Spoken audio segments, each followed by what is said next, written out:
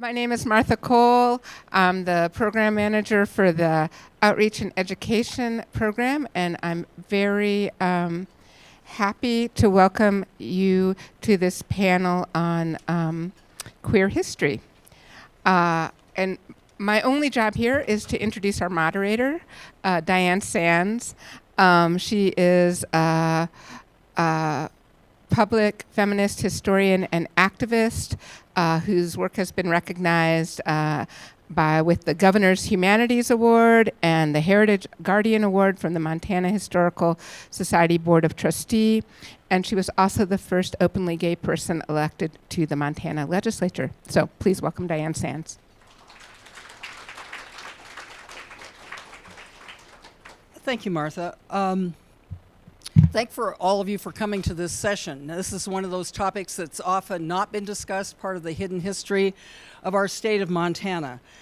There's a lot of work going on in this area right now, and there are a number of people in the room who are doing that work, and it's really a challenge to both do the recording of it, the preserving of it, the archiving of it, and the interpretation of it. And you'll hear a little bit about each of those aspects from people who are here both presenting today, but they're also in the audience. One thing I would say is there is no one story about anything in history, as we all learn over time. There is the formal old version of what history is and what Montana history is.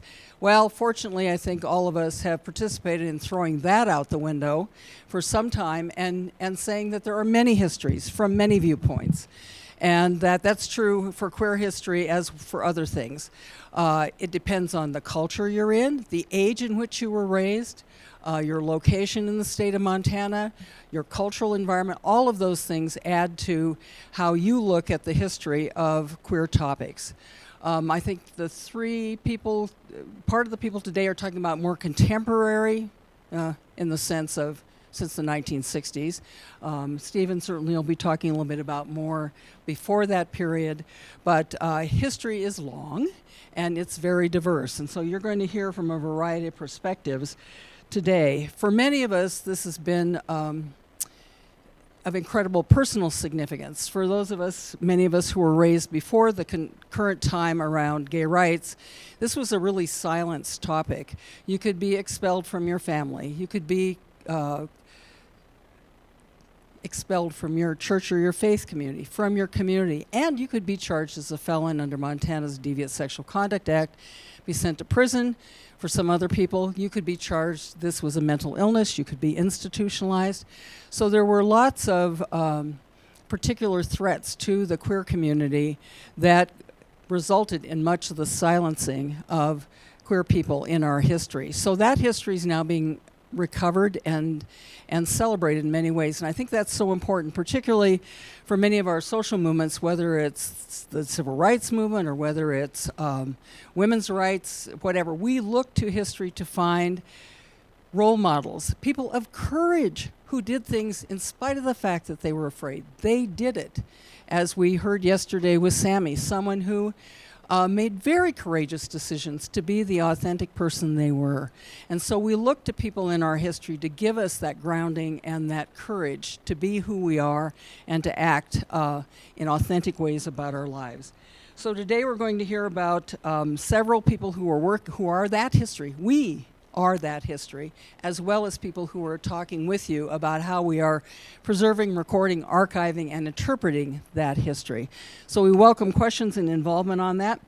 There are three different presenters. They'll each have 10 minutes to start laying out the work that they are doing, and at the end of 10 minutes we'll have a little bit of discussion and plenty of time for a very engaged discussion here. So the telling of that Montana story is from our various perspectives. Again, there is not one perspective here. You will hear various perspectives on that. So first of all, I want to introduce Linda Gryczan, a very old friend of mine. I think I first met her when she was jumping off of a train in Erin in the old days of hitchhiking on trains. We were a rowdy bunch. She still is. She just got back from a long bicycle ride in Idaho. She's been very much a feminist activist since the 1970s, when she started collecting signatures on a petition in Boulder, Montana, against an anti-gay rights activist amendment by Anita Bryant. Some of you who are old enough will remember Anita. She's also the lead plaintiff when those of us who decided we needed to challenge the State Deviant Sexual Conduct Act because we could not, in the AIDS epidemic, get it repealed by the legislature, and so many gay men were not going in for testing around AIDS. We tried to do it in the legislature and failed. We decided we needed to go to the Supreme Court. We looked for plaintiffs. Linda was our lead plaintiff. And in our successful case there, where we got a unanimous Supreme Court decision saying that we were entitled to every constitutional right in the state of Montana of everyone else. That was the most, I still get chills, probably one of the most profound experiences in my entire life, to be told that we were equal citizens under the law. And Linda was our lead plaintiff on that. So for 25 years, she's been doing all of that work. She also ran a mobile bicycle repair shop, the only one named after a lesbian. Some of you remember Alice B. Toeclip Cyclery. And she's also been a professional mediator since 2007. She's still fixing things, but she doesn't get her fingers as dirty anymore. So with that, I give you Linda Gryczan.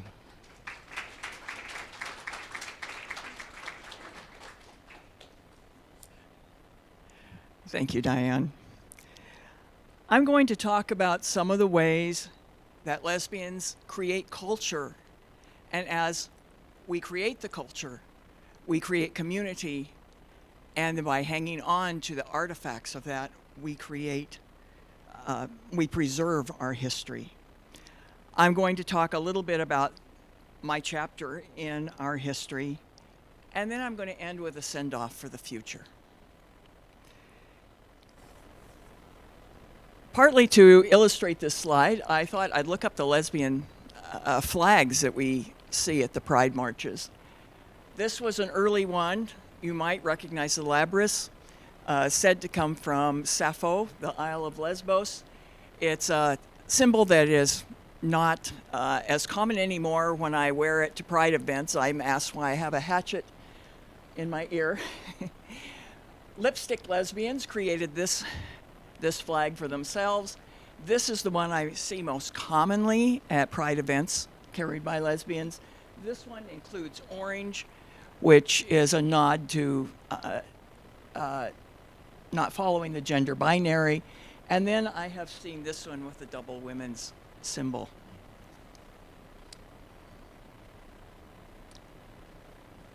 I'm going to talk a little bit about the shoulders I stand on. When I came out at the age of 21 in 1974, am I? Speak into it. Can you hear her in the back of the room? No. Okay. I'll hold it. Is this better? Thank you. Thank you. Thanks for letting me know. We were very hidden. Underground culture, as Diane pointed out, you can lose your home, your job, and it could be very dangerous to be out. So we kept in touch, and Daughters of Bilitis, I've also heard it pronounced Bilitis, was a lesbian group started in San Francisco, and The Ladder was their publication. These things were published in living rooms and passed from house to house to house. This is how we connected, and by hanging on to these, The Ladder was published from 1956 to 1972. This is why it was called The Ladder.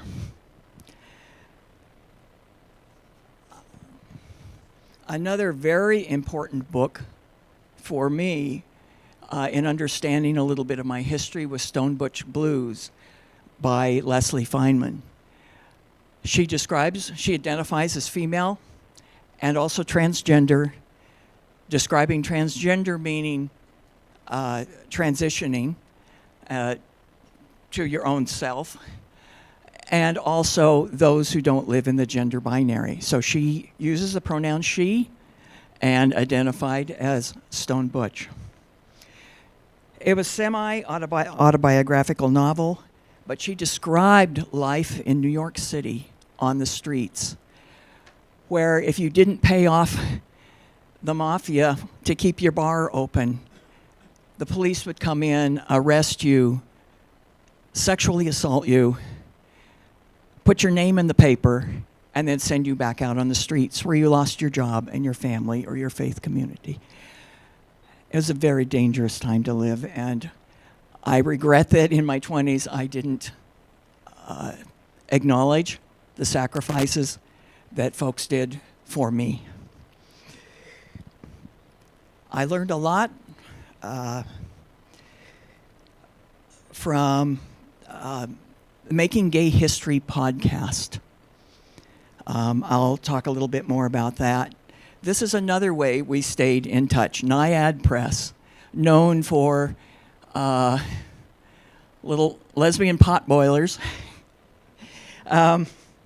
It's founded by two lesbian couples, but this is Barbara Greer and Donna McBride, who took their books from conferences, and they were passed again from house to house to house.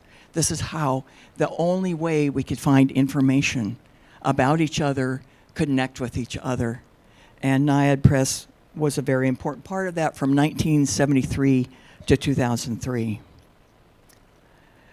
Here's another down-home publication, Lesbian Connection, that was started in 1973 and is still going. Created in living rooms. And because it was so dangerous to be out, they would staple these with about 1 million staples so that nobody could peek inside before the recipient received that in their mail. Very early covers, and this is a recent, just from this year, still going on. They also had a list of what they called contact dykes.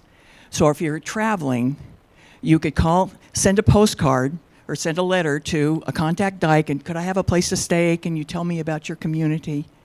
And it was a delightful way. We were contact dykes, and it was kind of fun having women appear at our doorstep. Because we couldn't get published, we created our own. This was Kitchen Table Press, started by Barbara Smith, Beverly Smith, Cherie Moraga, and Audre Lorde.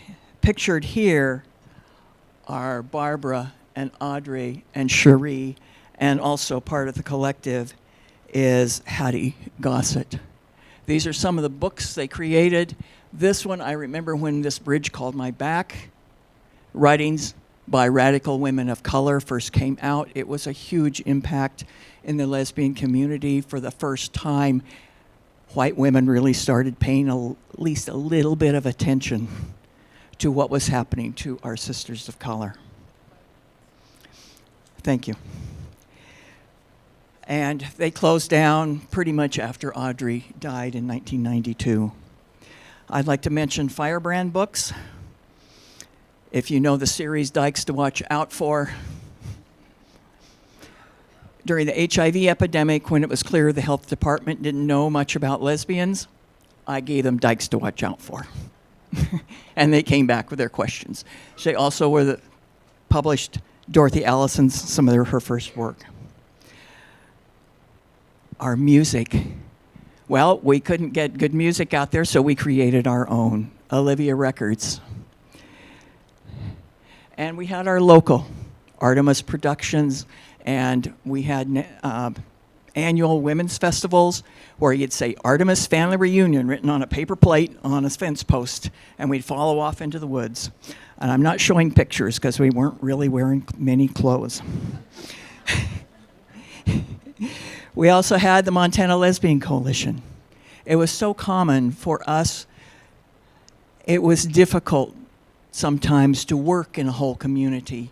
We needed a self-definition, away from sexism, away from patriarchy, and create our own culture, as every civil rights movement needs to do. This Making Gay History is bringing LGBTQ+ history to the life through the voices of the people who lived it.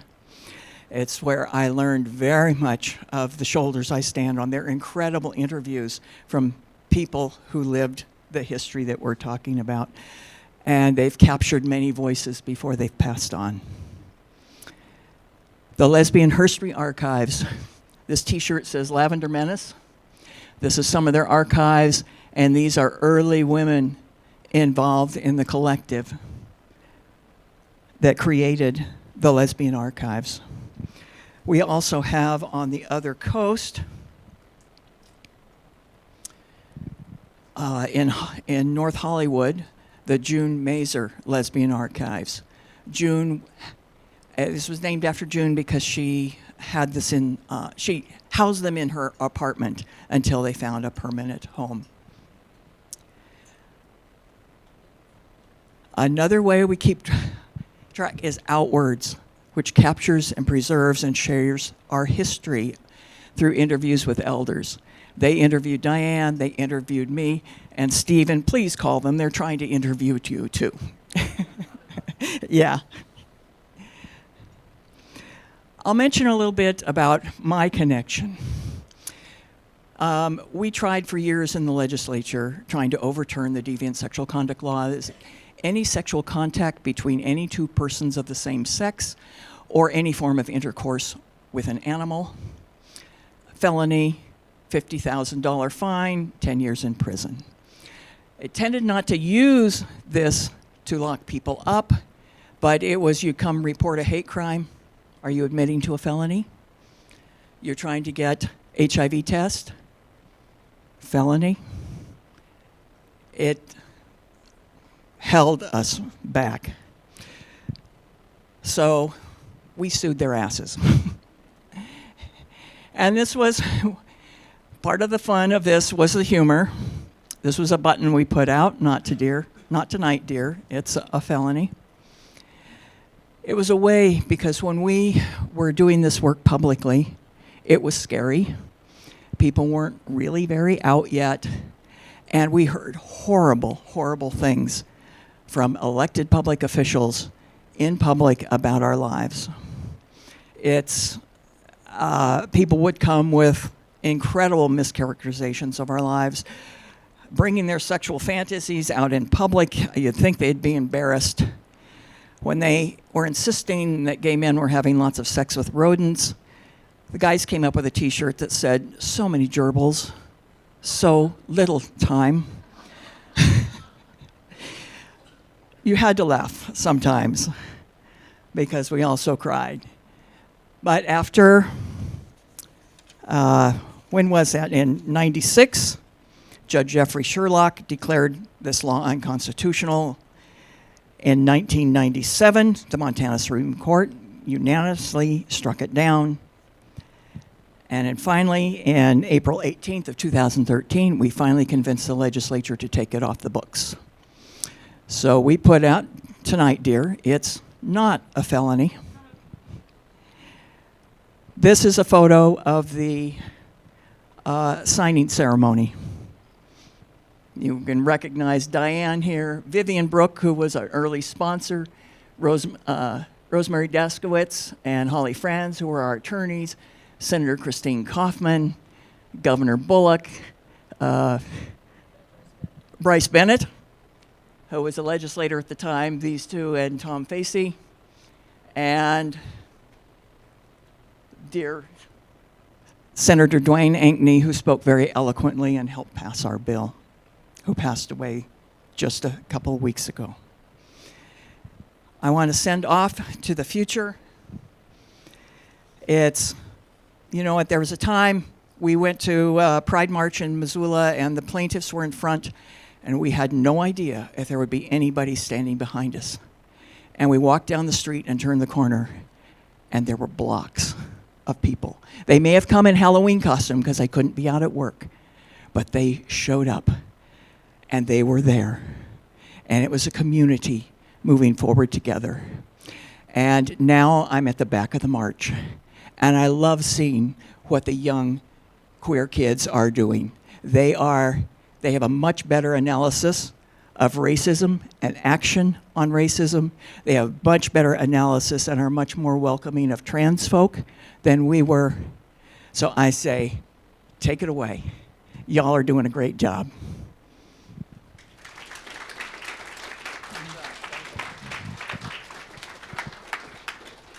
Thank you, Linda. Next, I have the honor of introducing a very important person in my life, whom I respect greatly, Stephen Barrios. This is the 29th year for the Montana Two-Spirit Society, which formed back in 1996 through a joint effort of Montana Pride, of which I was a co-founder when we needed to get rid of the lawsuit, and the Montana Gay Men's Task Force, led by David Herrera, my dear friend. Their mission as the Two-Spirit Society has been to advocate and educate, first of all, the queer community, and secondly, the larger community about Two-Spirit issues, both the history and the traditions. And they have been doing that work not just in Montana, not just in Two-Spirit communities, but throughout the country. In fact, they are members of the International Two-Spirit Societies. We have hosted them. They have hosted that society here in Montana as well. Stephen travels the world. Every time I look at him on Facebook, he is somewhere in the world speaking on behalf of the Two-Spirit Society and the work that they are doing. He is a highly honored member of the Pekuni tribe. He has been awarded many honors internationally, nationally, and by his tribe. And he is the board chair at this point for the Two-Spirit Society. And I would invite Stephen to come up and give his remarks.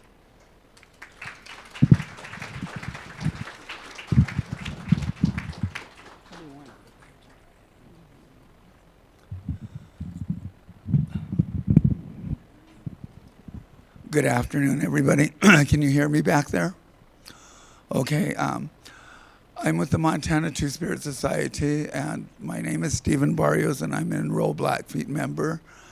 My Indian name is Nisam Nituye Suta, which in our language means long time holy rain. I became part of the Montana Two-Spirit Society back in the 90s, and I lived in Washington, and I moved home. And I seen there was nothing going on for our Two-Spirit people, our Native people, our LGBT community on the reservations. And I had the opportunity to meet with David Herrera at that time.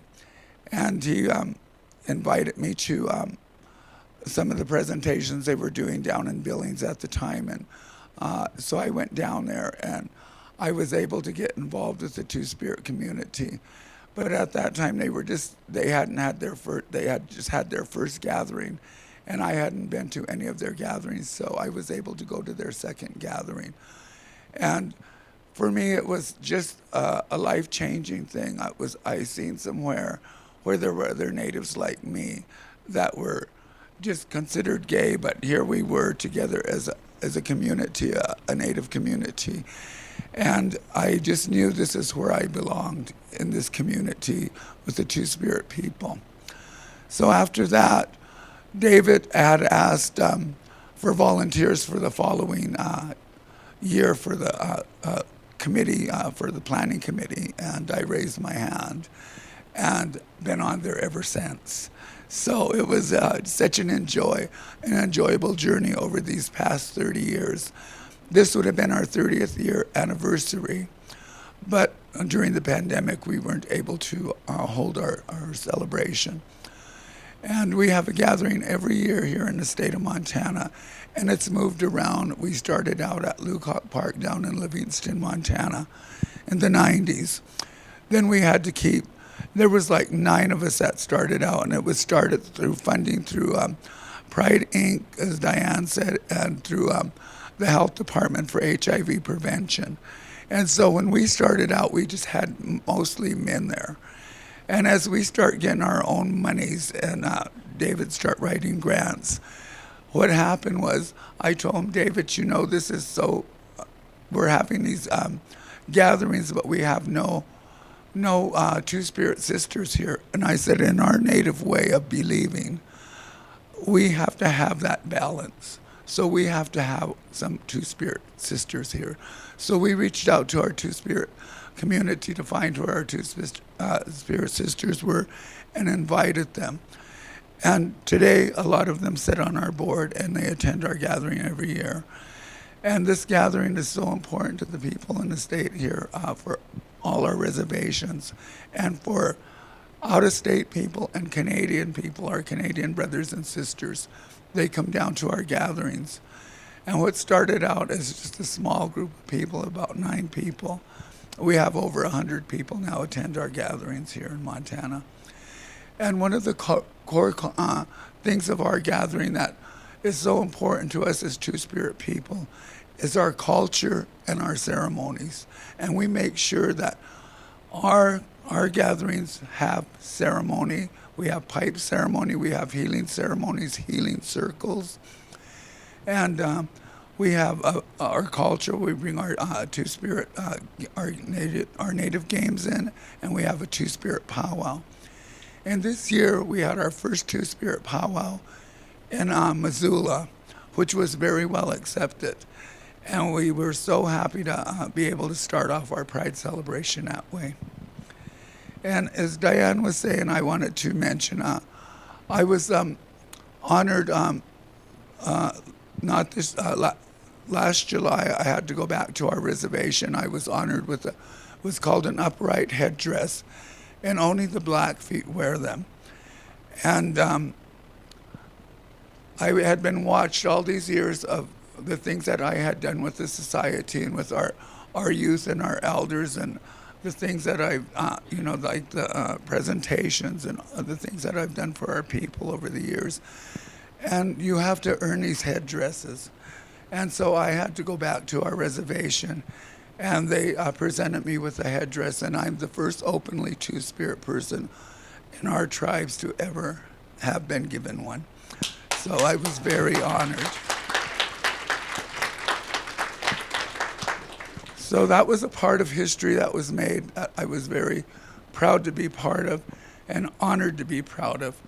When your own tribe recognizes you for the work that you do among your people, it's such a great honor.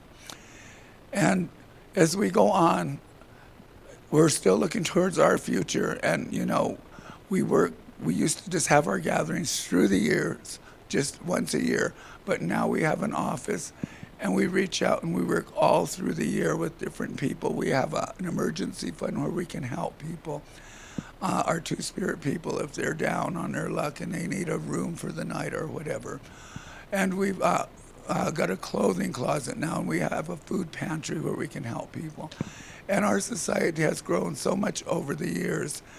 And, we have a lot of non-Two-Spirit allies and relatives, as we call them, across the United States and Canada. And it's always so wonderful. And there are several societies that had started up, but during the pandemic, a lot of them went under. But we kept busy. And one of the things is we reached out during the pandemic. We made masks, and we sent them. Free of charge, we sent them all over the world. We didn't know where people were going to come from and get them or ask for them. But we have them in Europe and Australia, all over the world. And so we were able to do that and send care packages out to our elders and our youth, because during that time, a lot of our elders were homebound, and it was sad for them because they couldn't go out and nobody could come to them. So we made sure we sent them care package and let them know that they weren't forgotten. And as elders and as younger people, and even as me as an elder, I always look out for the elders. And we all need to take care of our elders and our older ones. A lot of us have fought many years in the gay community to be where we are today and to do the work that we do. And it's so important that we keep this fight going. It's so important. And I just thank the Creator that He had brought David up from Texas and brought him to the state of Montana. And through him that we're able to do as a Two-Spirit society all that we're able to do. And we grow and grow every year. So I just, want to share that part of my culture with you and that part of my life, which is so important to me. I have a lot of family that are Two-Spirit. And to carry the term Two-Spirit is very, very honorable for me. A lot of our Native people that are gay will not use that term because it carries such a responsibility with it. It's a responsibility that we give back to our people. We take care of our elders and our youth, and we educate. And we reach out to other organizations, and we try to work with other organizations and educate them. And we go into schools, and we go into hospitals, and we do our Two-Spirit 101 for people that need that cultural competency when they bring Two-Spirit people into hospitals and different things. I know I'm probably running out of time. I have so much to say and to share. But I just want to thank everybody that came here to listen to this and to be able to take some of this knowledge and bring it back to your communities. And I really thank you all so much for being here. And I thank everybody in the Historical Society that's put this on and made this possible, and you, Diane Sands. Thank you so much. I want to thank you, Auntie Stephen. You know, elders are so important. I mean, we looked for elders and had a very difficult time finding them, our generation, when we were young, because words matter. There was no name for this in many cases. People didn't know how to identify. They didn't know how to find each other. So as elders, our responsibility is to reach out to new generations, and that's why I'm particularly pleased that our next panelist is from another generation, because it's not just about those of us who were the past, are the past, it's about those who are the future. And so in this regard, I really want to acknowledge and thank the University of Montana Regents Professor in History, Anya Jabor. Where'd you go, Anya? There you are, in the very front, for her work, along with a team of historians and archivists and community people in the Missoula University community in particular, for her leadership in particular in starting a project a couple of years ago, which we're going to hear about now, the Queer In and Out Montana Community History Project. And using university students as researchers and others, they have begun talking to members of the community who have left Montana or considering leaving Montana because of lack of support, fear of the political environment, etc. So that project has gotten started, and at this point it is also expanding into broader topics than just the contemporary issue of whether people are staying here or leaving and what are the factors involved with that. So a larger history project, which now will stand alongside all the other queer history projects going on within the state. And in that regard, I want to introduce our next fabulous speaker, River Watson. River is a U of M gender studies graduate. Yay, University of Montana. Bozeman, you're challenged. And a researcher for this project. And I'm so glad that they could come over from Missoula and speak to us today about their role in particularly preserving and recording this part of our collective history. River?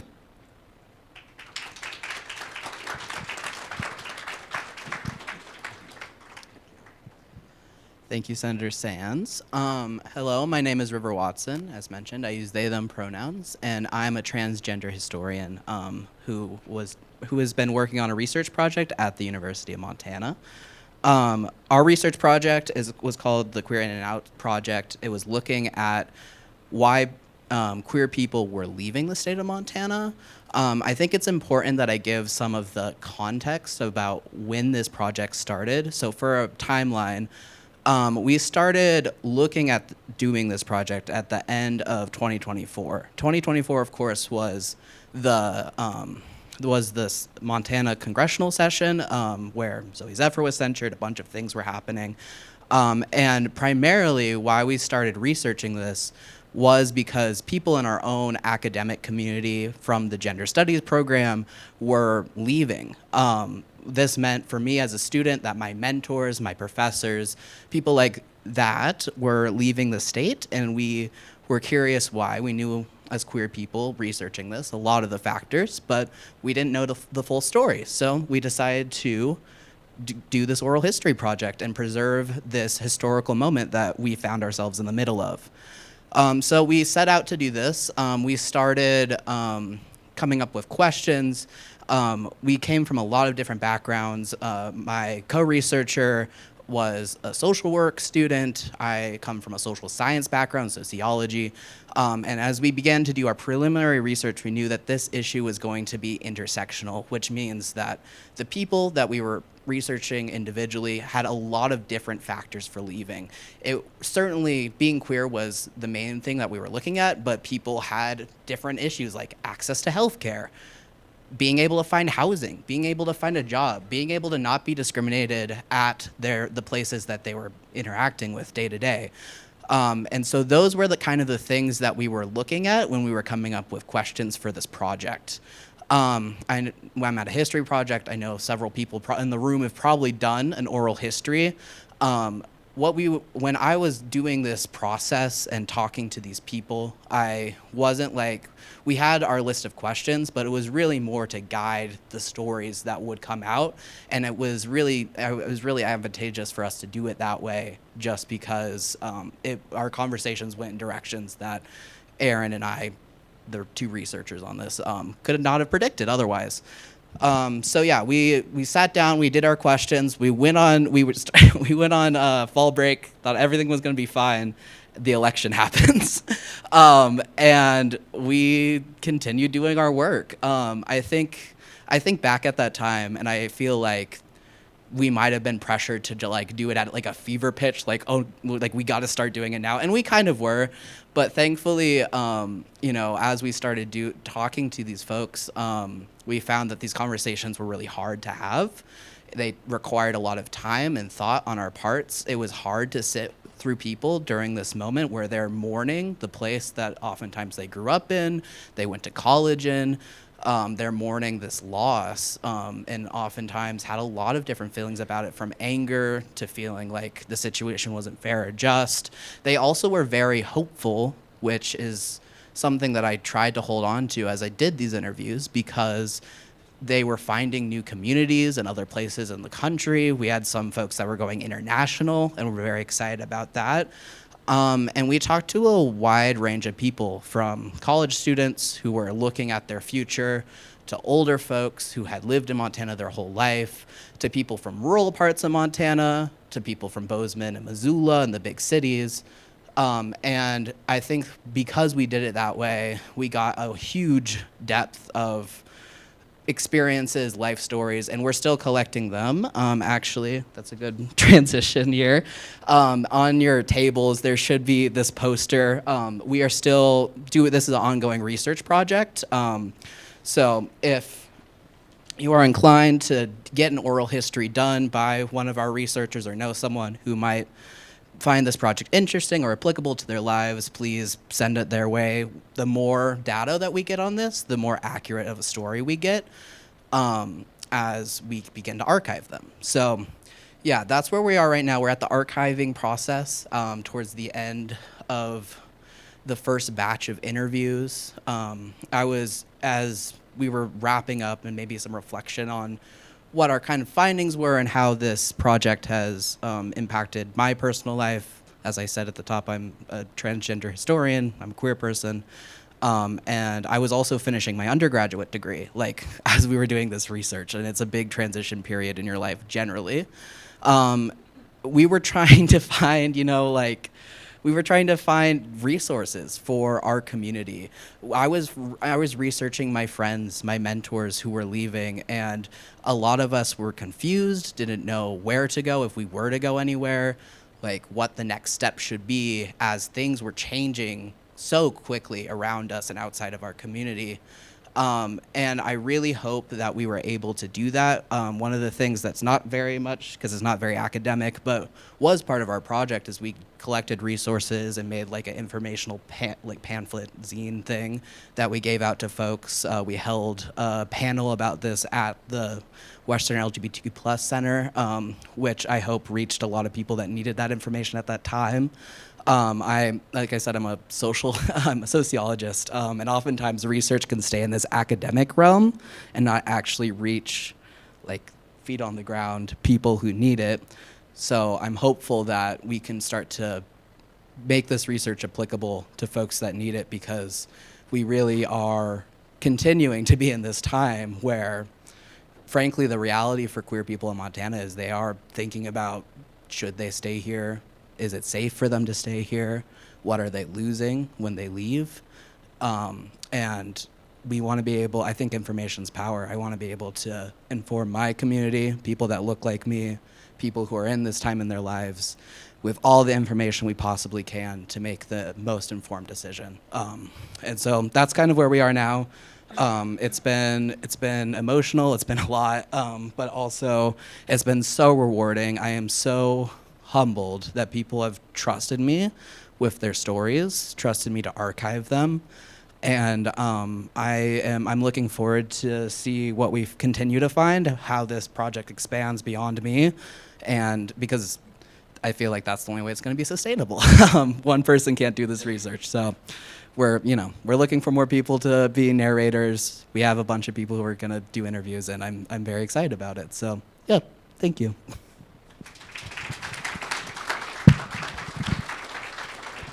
Thank you so much. Let me give you a microphone. Lots of things to chew on in all of that. I have a couple of questions. One is this whole issue of staying and leaving, which has been historic for Montanans in general forever. Do you stay, do you leave? And to go back to, like each of the other panelists, to reflect on that, because as Linda in particular was saying, back in the day, in the 60s and 70s, we went to Seattle constantly, knew where the bars were, had connections back and forth. People would go spend a period of time perhaps somewhere else and come back here. And so that's not a new phenomenon, but yet I think many of us, particularly as we're younger people and trying to grow into our adulthood and decide who we are and where we belong and who are our people and how do you form a community where you feel connected and safe and validated and authentic, that particularly in the queer community is an important issue in how you identify. And so I think that's a key issue if you're doing history in this area, is understanding that flow of people. Because we have had in Montana, speaking for the lesbian side of the world here, Basin, which became basically a lesbian community. We've had a lesbian land trust kind of issue. So I would like people to sort of expand on that, coming, going, and forming community. Linda, you want to start? Here, take this one, it is on. Okay. This one's on.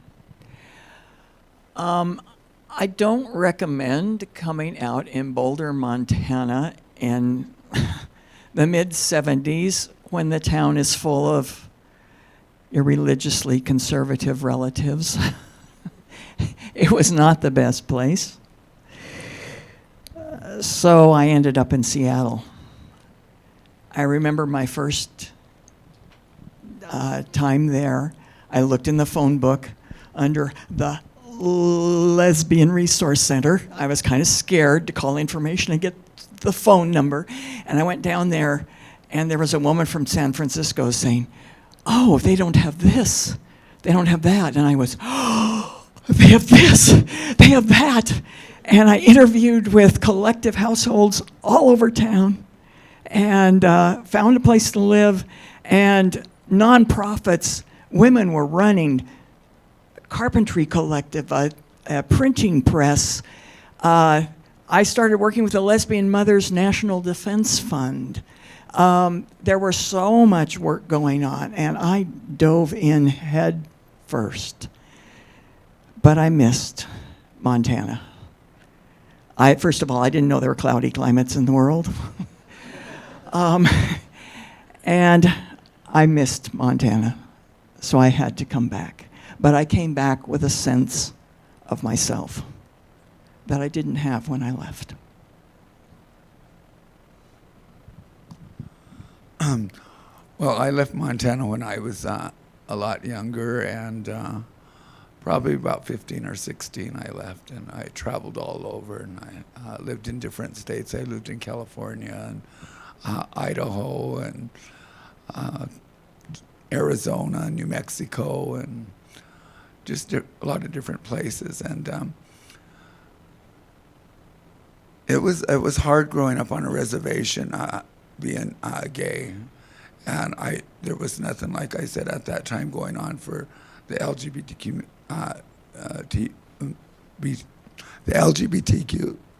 community on the reservations. as they say, what do they call it? Legitimaquois? No. Have you heard it called that? No, but anyway, I lived off the reservation for many years, and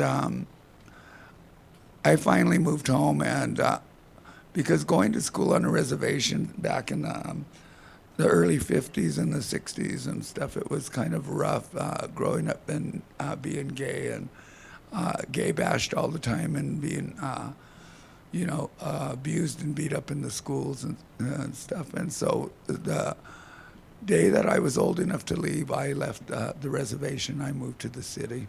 And I lived in the city for many years and lived all over. And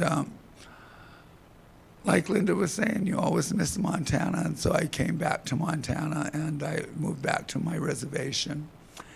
And I start working in HIV prevention and needle exchange and doing all that kind of work with the Two-Spirit people and the gay community on the reservation. And I watched how it changed over the years, how more accepting the people were. Because at one time, like she was saying, Christianity and stuff on the reservations, we were condemned that we were going to go to hell. I was raised with brothers that were ministers, full gospel Pentecostal ministers, and to be able to go into their church and have your own family tell you you're going to go to hell for who you are. And so it was hard. That's one of the reasons I moved to, and I just had to tell my mother I cannot go to these churches. And I won't go to a church where I'm going to be condemned and told I'm going to hell for who I am as a person. And so I went back to my native way of believing, where it was more accepted and where it had been all the time. And in our culture, Two-Spirit people have always been there and always were respected. And so I wanted to be in a place where I was respected and treated as a human and deserved to be treated right. And so that's, when I came back to Montana and I really got into the Two-Spirit movement, and I'm so glad I did and able to share that knowledge with people. Hold the mic really close. Eat the mic. All right. Yeah, I feel like from what I have not left Montana for context. I'm only 22 years old. I'm too young for that. But what we've found is there's a lot of power in community, and knowing that you are not the only person alone, because it is very isolating when you are making the decision to move. There's things in big cities that are different than the culture of Montana, smaller places. So even though you're in a bigger place with a lot of queer folks, you can feel very lost for the first little bit that you move, just because it's different. It's different enough from Missoula, from places that people are moving from. Part of the reason what continued to push me to do this research project when I was struggling, when it got really hard, is I always thought if I was in that position and I had left, I would want to know that people in Montana cared that I lived in Montana and cared that it was not safe enough, or people felt that it was not safe enough in Montana for them to stay. I wanted to be able to reach out to folks and say, we care that you were here and that it's important to us. And I really hope that we continue, because what historically has happened is folks leave, go to big cities, and then come back.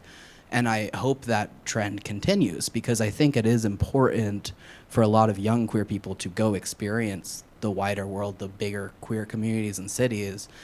But for Montanans, for people who have family ties where there's only 1 million people that live here, it is also inevitable, I think, for a lot of folks to return because of those ties. And I want to push people to continue to try to make Montana a safe place for that to happen, because our families are here, our communities are here. So, yeah.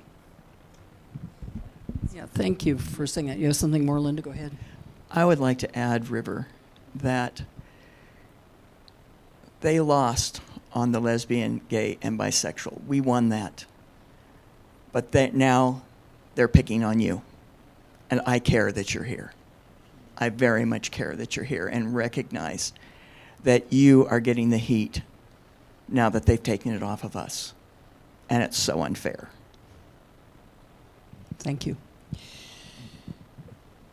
I want to follow up with that a little bit about, Linda said, trying to find us in the phone book, basically, and how you find us, and I think that has changed so much now. We literally found each other in many of the ways Linda was talking about. I mean, the first time I did an oral history and made contact on this, I had left Montana to go to graduate school in D.C., and was basically living in a lesbian separatist community, and as part of that, I had met Del Martin and Phyllis Lyons, who are the founders of the Daughters of Bilitis, and we were talking, and they said, well, this woman from Montana just keeps calling us all the time from Miles City. Do you know anybody in Miles City?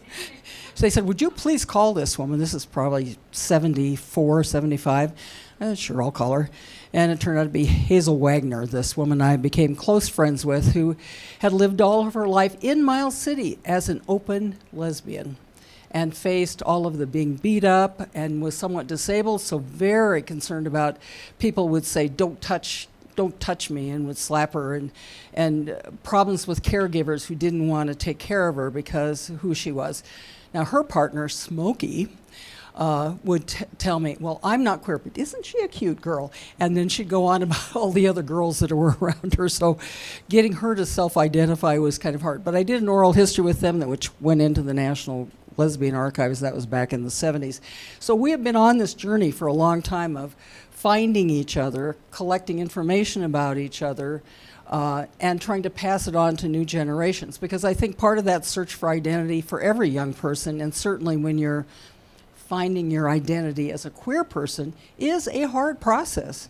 Going back into the 70s, out in Montana, in Missoula, which was a gay lesbian group, had an office and everything and resources, etc. I love their theme song, Homo Homo on the Range. Always have to have a good sense of humor. I think MSU's first Lambda group was 1977.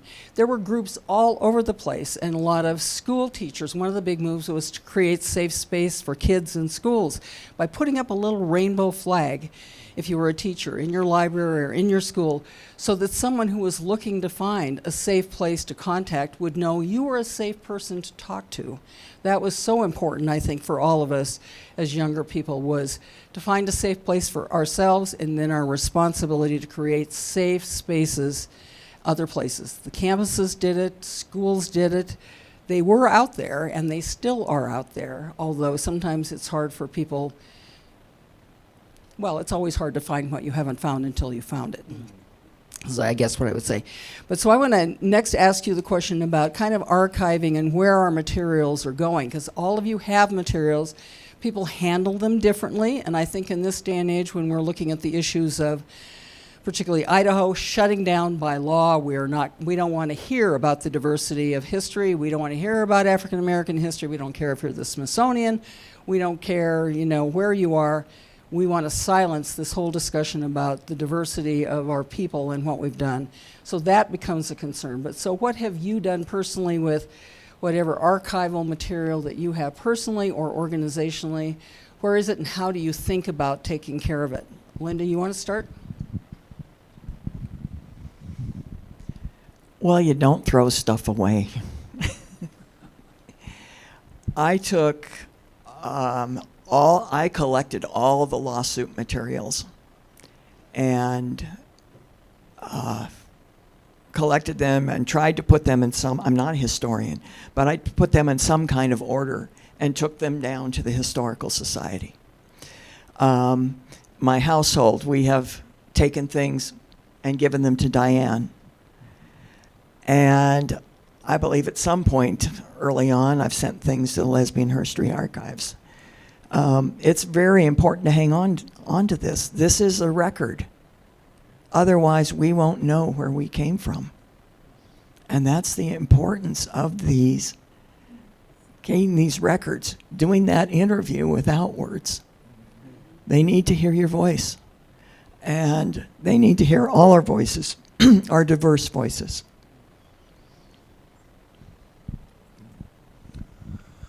What I'm doing with our archives and stuff, I've been with the society for 30 years, and just in the last 2 years, I started working for our society. So all the other 28 years has been volunteer work. And I told David, I said, this society is so important to me. I said, we don't have anything archived. We have no history written down about what we've done. And we've been around for 30 years. So what I did was, and thank goodness he's like, you don't throw anything away.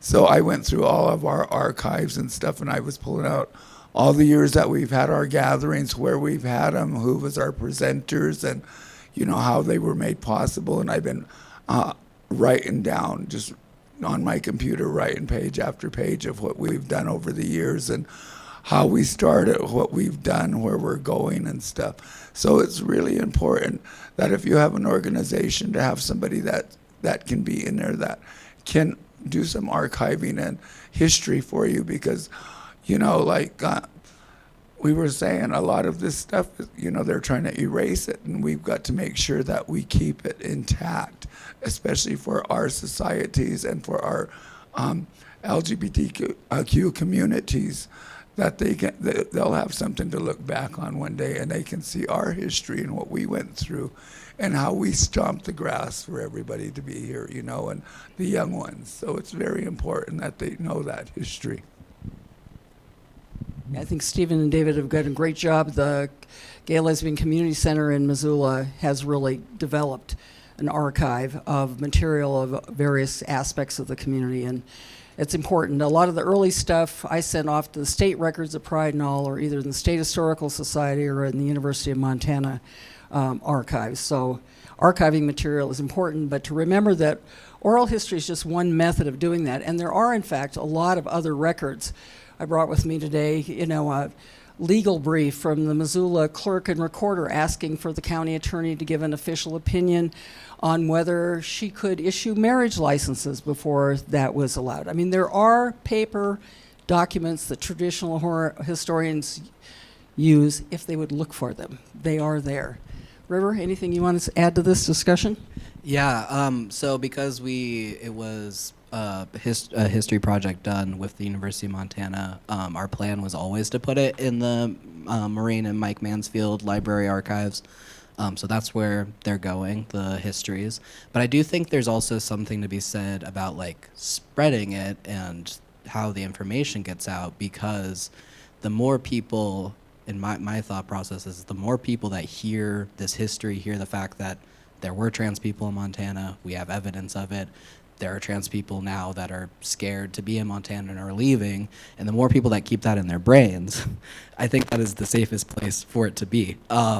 Because no matter what ends up happening to the digital archives or the physical things, the fact that that people know that this is true and can look at the evidence of it, I think is the most important thing that folks can do to preserve this history.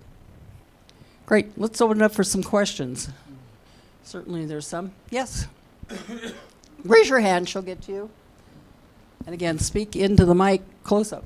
Yes, thank you. I think my question is mostly... And who are you? Oh, my name is Heather Mulliner. I'm a special collections librarian at MSU, and I work in the archives there. So, River, in collecting these oral histories, how, you know, you talked about people's feeling of safety and lack thereof. How do you ask people to share their stories when they may be concerned about their safety? Yeah, certainly. So we had a few different ways. We had informed consent forms that everyone filled out, and in that consent form, there was pretty explicit instructions that the interviewee could put about when they want their interview to be put in the archives, when they want it to be public, and those types of things. So quite often what we were having happen is people were sending it down the line. So some of the stories you won't be able to see until 10 years, like legally. The other thing that we did is we kept the recordings, the researchers kept the recordings confidential. We had a backup of it in case something got messed up, but it was, on our personal devices. We did the transcript of it, and then we got rid of it. So it's there's several people involved in that process of keeping it confidential, but essentially it was kept confidential to the best of our ability, and then the interviewers themselves have a say in how they're. Would you hand the Words. microphone back to Jody, Yeah. right behind her? In the 70s, I did an oral history of illegal abortion in the state, and it's archived at the University of Montana. Jody was the archivist at the time.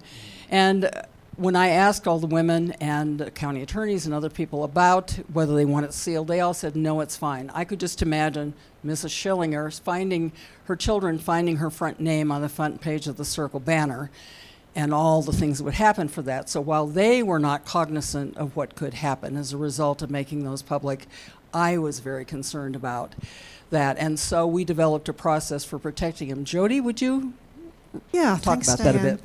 So that was a position I started in 97. In 98, those interviews were scheduled to go completely public.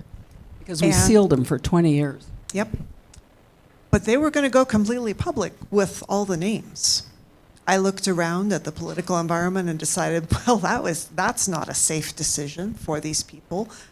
I could read the interviews. I knew who everyone was. So I made it initials to protect those people, and as far as I know, that's how it still is.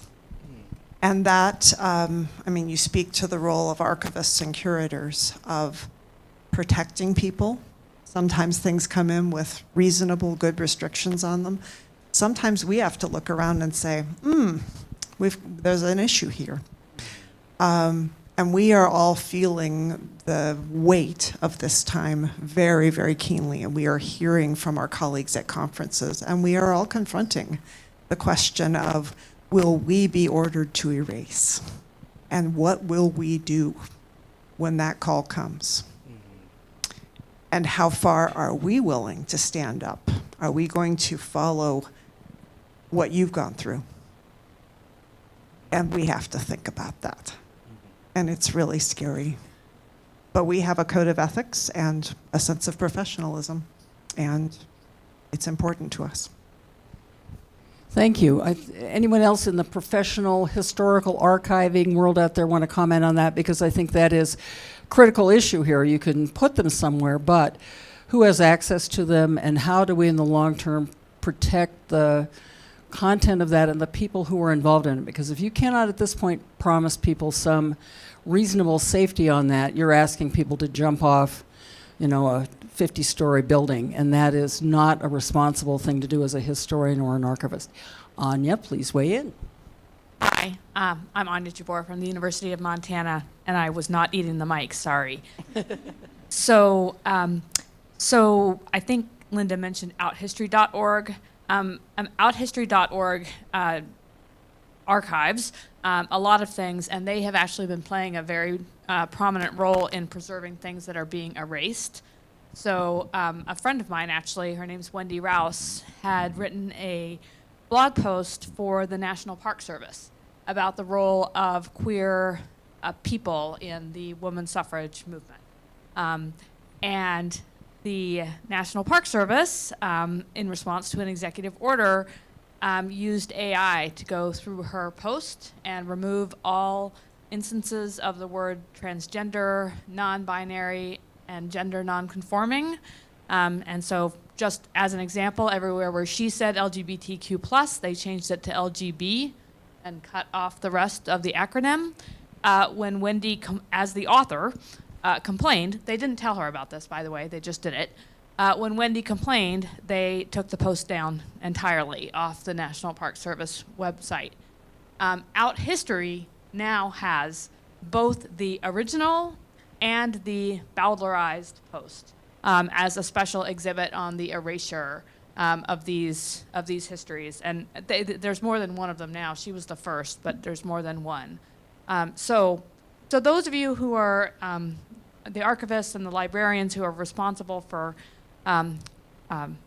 preserving and sharing these stories, FYI, if it comes down to it, Out History has a platform on which to maintain records that might not be able to be kept in local or, in this case, federal repositories.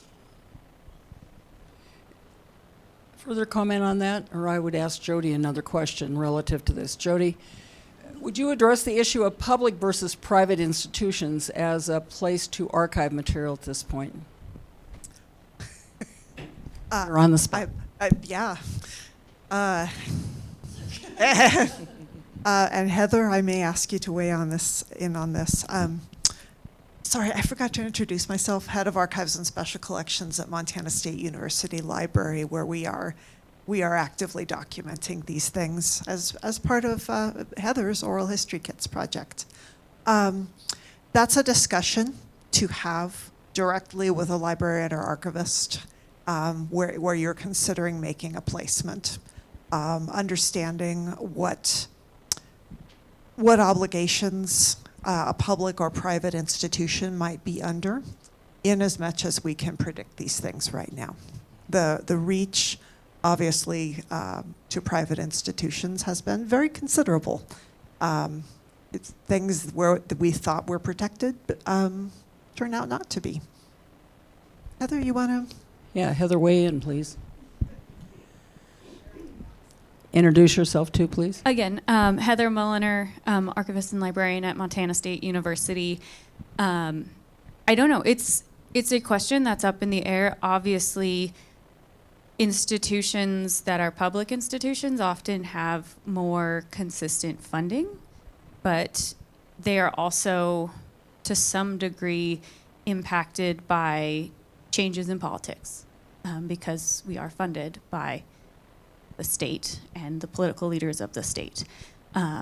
So when you're making those determinations about long-term, it's, I guess, comes down to a question of, if it's a private organization, what is their funding stability and their ability to, care for your collections over the long term? And if it's a public institution, perhaps you speak with the archivists and the librarians who are there and talk about exactly what River was talking about, those potential restrictions for a period of time.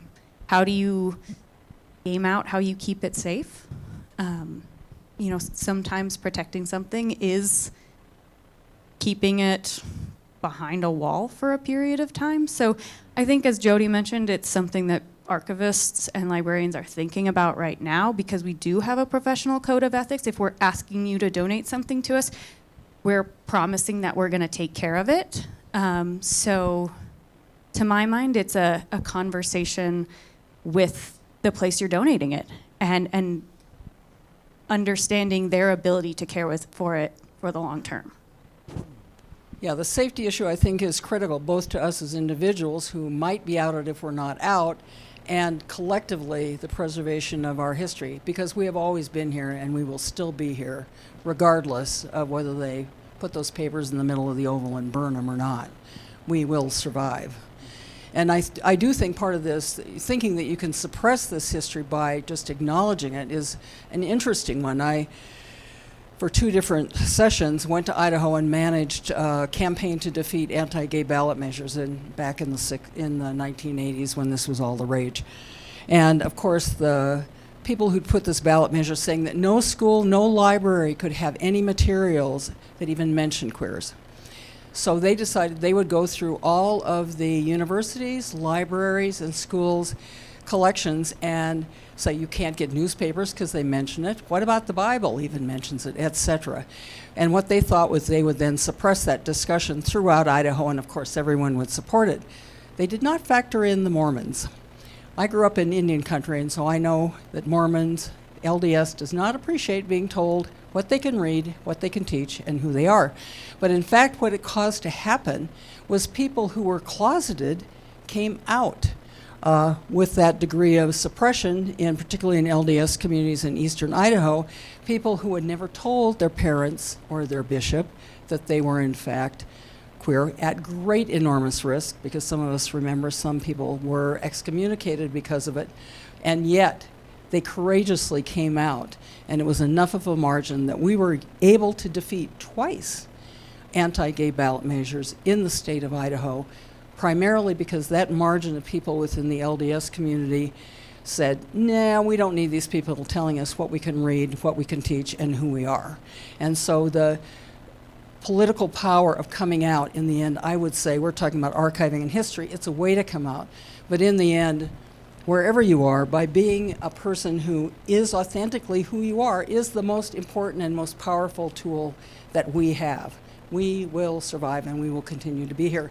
And I want to thank all of you who would like to continue to participate in this history, to please give us your name. We have sign-up sheets here. If you want to participate in one project or another, we would like to know who you are and how you can be helpful. But I want to thank the presenters for their lives, for being who they are. I think that is what is most important here, and I want to thank all of you for coming, and as always to the Historical Society for courageously sponsoring panels like this in a time of great challenge. So thank you for coming.